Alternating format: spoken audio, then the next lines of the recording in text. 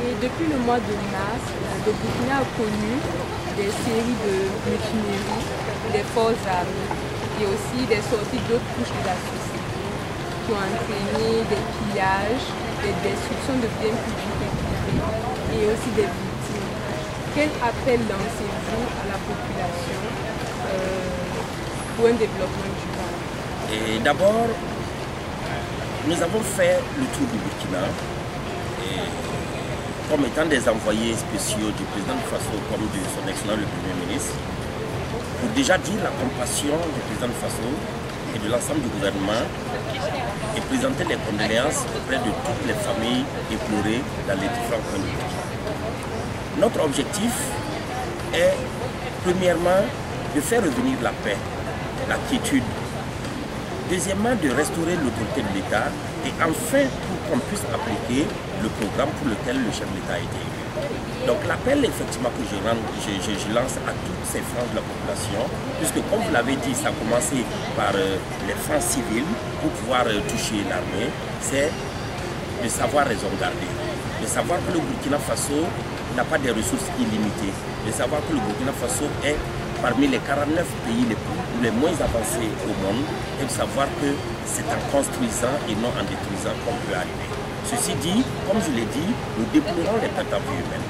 Nous les déplorons fondamentalement et des condoléances ont été présentées. Pas plus tard que hier, une délégation du gouvernement est allée à Bobo-Dioulasso pour pouvoir rencontrer les familles éplorées, pour leur présenter les condoléances du chef de l'État et sa compassion et présenter les excuses du gouvernement à toute la population. Et justement, notre démarche est une démarche de pardon. Une démarche de pardon qui ne va pas être antinomique avec la nécessité de restaurer l'autorité de l'État. Et c'est pour cela que le gouvernement a pris les actions que vous savez pour restaurer l'autorité de l'État au niveau de Bobo-Dioulasso pour que enfin le Burkina soit un pays crédible. Parlons aussi de ces mutineries.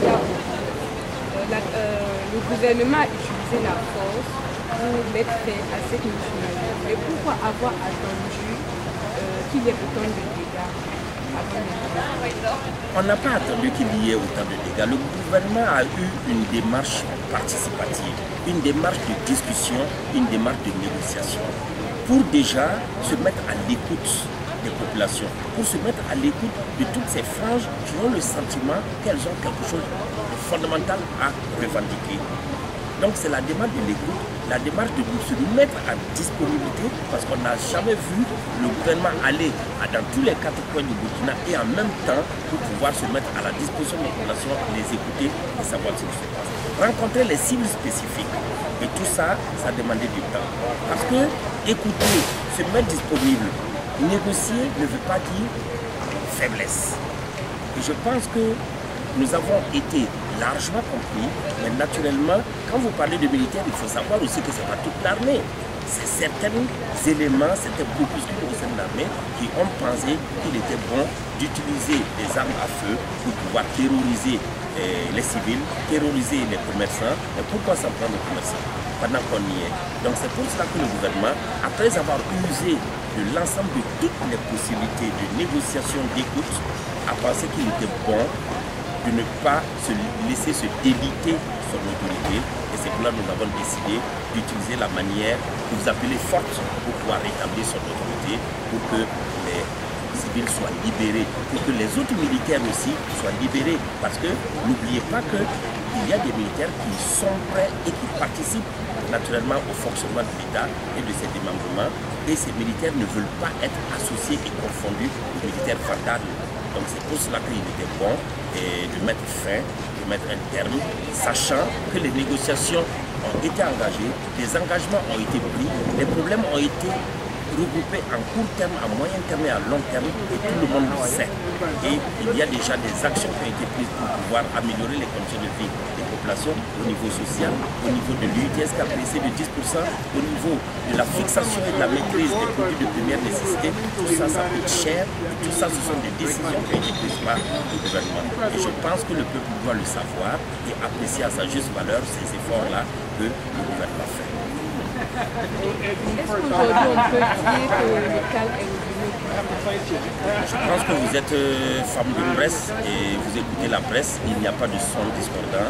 Le calme est revenu au Burkina Faso, le gouvernement travaille et les populations ont apprécié, et je sais que vous le savez, les populations ont apprécié enfin, voici le gouvernement qui fait quelque chose de salvateur.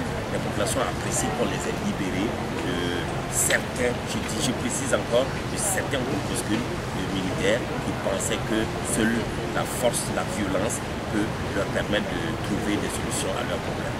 Et je pense aujourd'hui, et je peux le confirmer, le calme est revenu au Burkina Faso et les affaires reprennent et le gouvernement gouverne et naturellement les populations vaquent à leurs occupations ordinaires.